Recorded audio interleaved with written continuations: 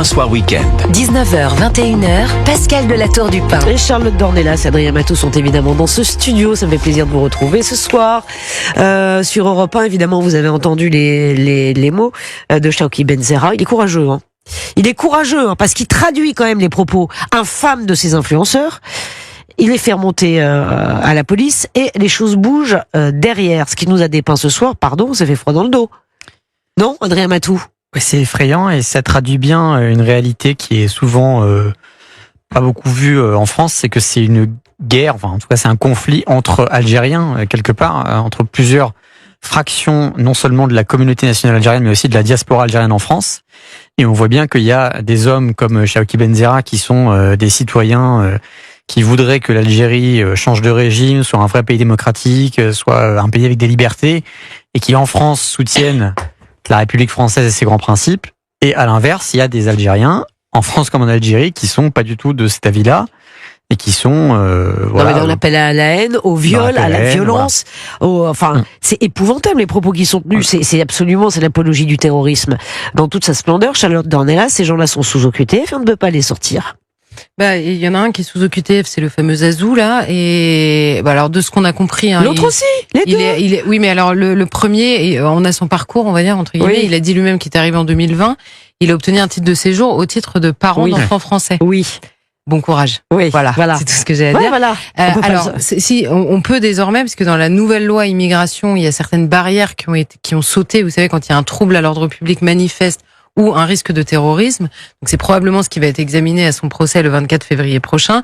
Mais c'est sans doute la raison pour laquelle il a réussi à se faufiler entre les radars. Et par ailleurs, au QTF, on sait ce que ça veut dire. Ça veut dire laisser-passer consulaire, et l'Algérie n'en délivre plus. Hein, c'est aussi simple que ça. Tous les juges des libertés qui sont en CRA vous disent c'est déjà compliqué depuis des années, maintenant c'est terminé. Il y en a pas. Simplement, la question qui est posée, vous savez, on essaye toujours de savoir comment est-ce qu'on pourrait être plus efficace. Alors il y a les leviers qui ont été évoqués par votre invité et les différents leviers de pression sur l'Algérie, ça c'est sûr. Moi, il y a une autre question que je me pose, alors de manière très béotienne, hein, peut-être quelqu'un pourrait répondre, mais c'est que cet homme a reçu un visa.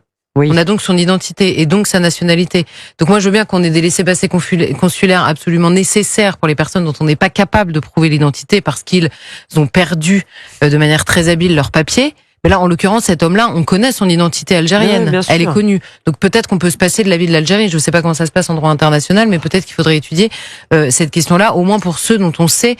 Et puis par ailleurs, non seulement qu'ils sont algériens, mais apparemment il aime tellement le régime algérien qu'il pourrait échanger sa place contre quelques-uns de ses compatriotes qui se retrouvent en prison parce qu'ils ont manifesté contre ce régime et qui sont restés en Algérie pour manifester contre ce régime. Donc il y a ça aussi là. En l'occurrence, je pense qu'il faut il faut que la France. En effet, je le rejoins sur un point, c'est que la naïveté avec laquelle, en tout cas dans le débat, hein, moi je suis pas dans les secrets évidemment des relations diplomatiques et des discussions qui sont en cours entre les deux pays, mais dans le débat public de manière générale, et en effet, il a raison d'évoquer le cas de Boualem Sansal.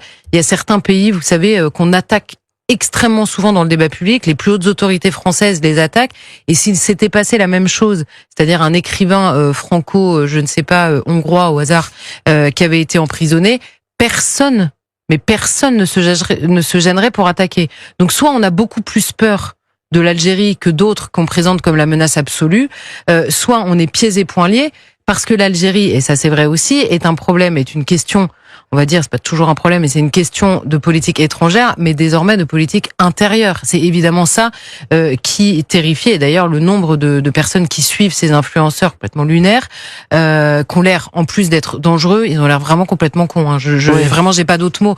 Non, mais c'est il y a tout, le look, la manière de se présenter, la manière de parler, enfin tout est pitoyable quoi. Et donc voilà, le nombre de gens qui les suivent là, c'est inquiétant parce que on sent qu'il y a un bain de rapport à la France qui est extrêmement hostile. En fait, c'est une manière, et ça devient, alors Dieu merci, parmi tous les gens qui les suivent, peu, voire pas du tout jusqu'à maintenant, vont passer à l'acte et vont aller violer la première Française qui passe ou tuer son voisin. Ça peut arriver, ça arrive déjà, et on a raison évidemment d'arrêter avant que ça arrive. Mais en revanche, ils entretiennent un bain où vous savez, vous croisez mais ça arrive à tout le monde, hein, vous croisez quelqu'un et tout à coup c'est sale français, c'est nique la France dans les manifestations. Ça devient un réflexe en réalité, le rapport, et pour la plupart d'entre eux, le rapport au pays qui est le leur.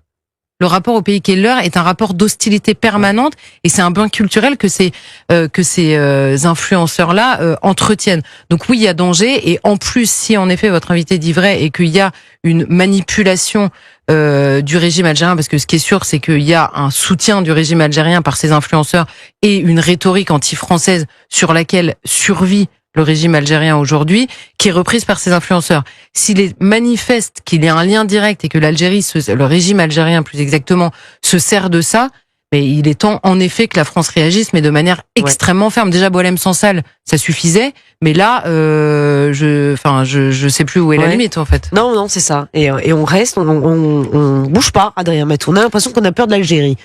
Non ? Oui, il est normal qu'on prenne des précautions parce que l'Algérie, comme l'a dit Charlotte, il y a une grande diaspora algérienne en France. Il y a aussi énormément de Français d'origine algérienne. On a un passé qui ne passe pas pour certains, mais en tout cas un lourd passé colonial avec l'Algérie. Donc forcément, on prend des précautions. On va le payer combien de temps, Adrien Matou ? J'allais y venir. Je veux dire, il faut faire quoi ? Non, mais j'allais y venir. Il faut quand même. Il est peut-être venu le temps où on passe dans un autre rapport avec l'Algérie, et surtout où on arrête de confondre les Français d'origine algérienne ou les Algériens vivant en France et le régime algérien. Parce que le régime algérien nous est manifestement hostile, se comporte avec nous comme, on va dire un adversaire à minima, voire un ennemi. La question des laissez-passer consulaires, qui quand même consiste à dire on ne veut pas reprendre nos ressortissants qui sont dangereux et que vous expulsez. La question de Boualem Sansal qui est emprisonné, maintenant ces influenceurs qui soutiennent le régime et qui appellent à commettre des crimes en France, et en plus, je rajoute, des propos récurrents et répétés des dirigeants algériens qui accusent la France de tous les maux, et comme d'ailleurs l'avait dit le président Macron, ont une espèce de rente mémorielle, survivent de manière un peu pathétique grâce à ce ressentiment envers la France. Mais alors qu'au fond, la population algérienne est très largement désabusée et complètement blasée par ce régime. Je pense qu'il est temps que la France...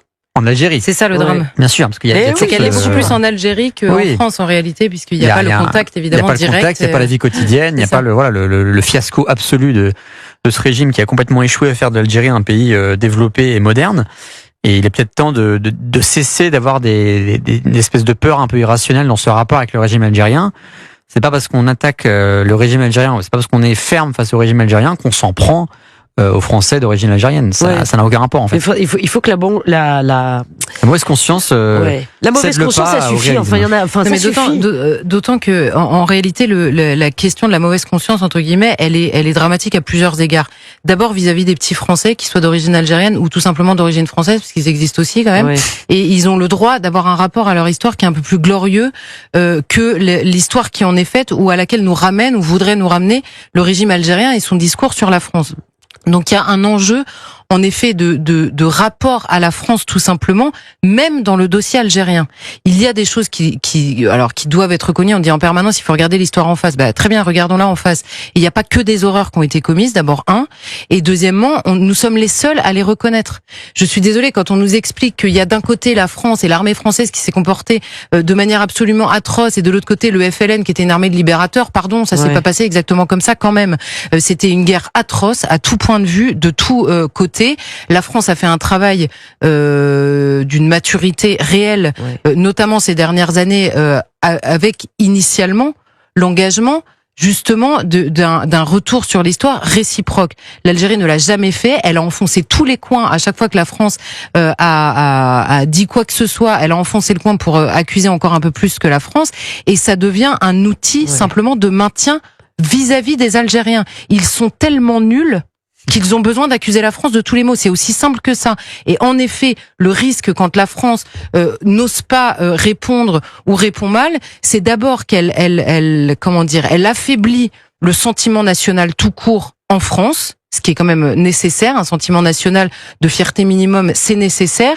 Et en plus, elle donne des gages à un régime. Vous savez, il y a un Algérien qui m'avait dit, les jeunes Algériens aujourd'hui en Algérie, finiront par détester la France pour son soutien au régime algérien et non plus Ouais. pour les histoires de Donc on s'en colonisation. sort plus là. Hein. Ben non, mais c'est-à-dire que le moyen de s'en sortir, c'est de devenir adulte et de les obliger à considérer la relation telle qu'elle est aujourd'hui. Oui. Et non pas à vivre, évidemment, sur une lecture de l'histoire qui les arrange et qu'ils savent eux-mêmes ne pas être, en tout cas, toute la réalité. Ouais, voilà, un peu de. Puis on voit bien Ouais, avec votre Adrien invité Matou. qu'il y a plein d'Algériens en Algérie, en France, etc., qui sont pas du tout dans cette relation absolument infantile et immature par rapport à la France. Et Notamment qui- ceux qui l'ont fui. Oui, accessoirement. Voilà, il y a beaucoup de gens qui reconnaissent à la France de vivre dans un pays quand même s'il n'est pas parfait, qui est quand même largement en avance sur l'Algérie en termes de liberté d'expression, de modernité, de tout un tas de valeurs auxquelles ils sont attachés, ces gens-là d'origine algérienne, et qui De ne comprennent confort. pas et qui sont un peu désemparés par l'espèce de tétanie des élites françaises qui n'osent pas.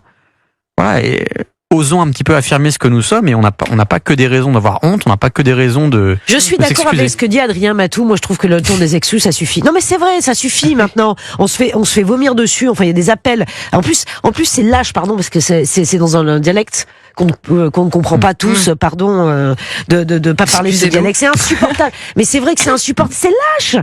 C'est lâche. Bon, ben voilà. parce que- apologie mais du parce que- terrorisme. Ça s'adresse à nous. C'est Il ne s'adresse pas à nous, insupportable. mais c'est exactement ça. Il ne s'adresse pas à Il nous. ne s'adresse pas à nous, mais Non. enfin bon, c'est pour nous tuer, pour nous violer, pour nous enterrer avec les juifs. C'est quoi ces propos? Mais c'est quoi ces propos? Enfin, franchement, je trouve ça abominable. Tant mieux si ces gens-là sont mis en prison, seront jugés, et la loi tranchera. Mais le problème, c'est tous les autres, effectivement, et c'est ce que disait ce lanceur d'alerte, Monsieur Benzara, qui est très courageux ce soir. Il est 20h44 sur Europe.